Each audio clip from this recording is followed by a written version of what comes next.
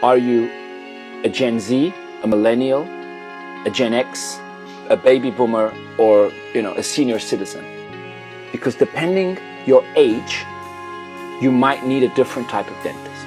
So we have to stop just thinking people. There's a demographic, right? And I'm not saying rich or poor, I'm saying age. Why? Because if you're under 30, the likelihood that you have very complex dentistry in your mouth is very low, unless you've had an accident or something. So you don't need to go to the best guy in town, because you probably just need a cleaning, maybe, regular checkups, basic low impact stuff. Maybe you need a little filling, maybe some aligners, maybe a bleaching if that's what you want to do, check your bite. You don't need to go to an expensive dentist.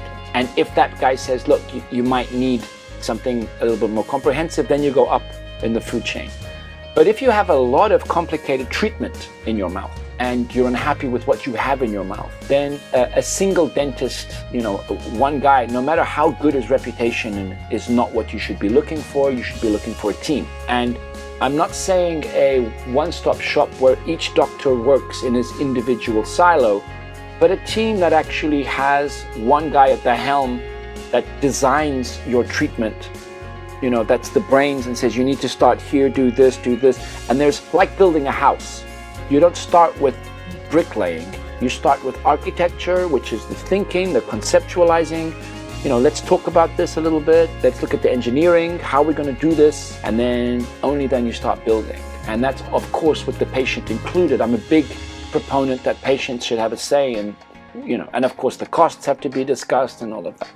So finding a team that, depending on the spectrum, if you have a very complex issue, you should find people that have time to talk, and that time to listen, and that explain the risks and rewards. And that's why I created slow dentistry, because slow dentistry it's not about the speed of treatment, it's the speed of preparation.